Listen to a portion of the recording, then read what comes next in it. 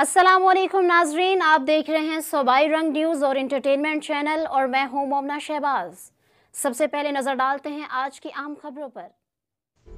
अफसोसनाक खबर से आपको आगाह करते हैं। रावलपिंडी में एक इंतहाई अफसोसनाक वाक़या पेश आया।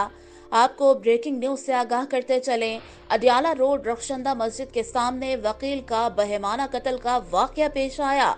तफसीलात के मुताबिक थाना सदर बैरूनी के इलाके में फायरिंग से सैयद अफजाल हुसैन नकवी एडवोकेट के कत्ल का अफसोसनाक वाक़या पेश आया। रावलपिंडी में वकील के अंदोहनाक कत्ल के वाक़े पर सीपीओ सैयद खालिद हमदानी ने नोटिस ले लिया।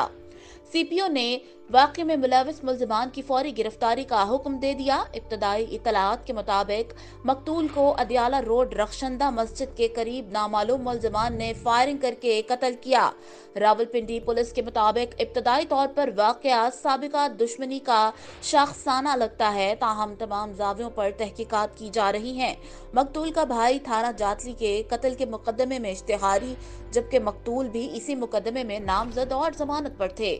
पुलिस के मुताबिक जाए वक़्वा से शवाहिद इकट्ठे कर लिए गए हैं। सीपीओ रावलपिंडी सैयद खालिद हमदानी का कहना था कि मुल्जिमान को गिरफ्तार करके कानून के कटहरे में खड़ा किया जाएगा।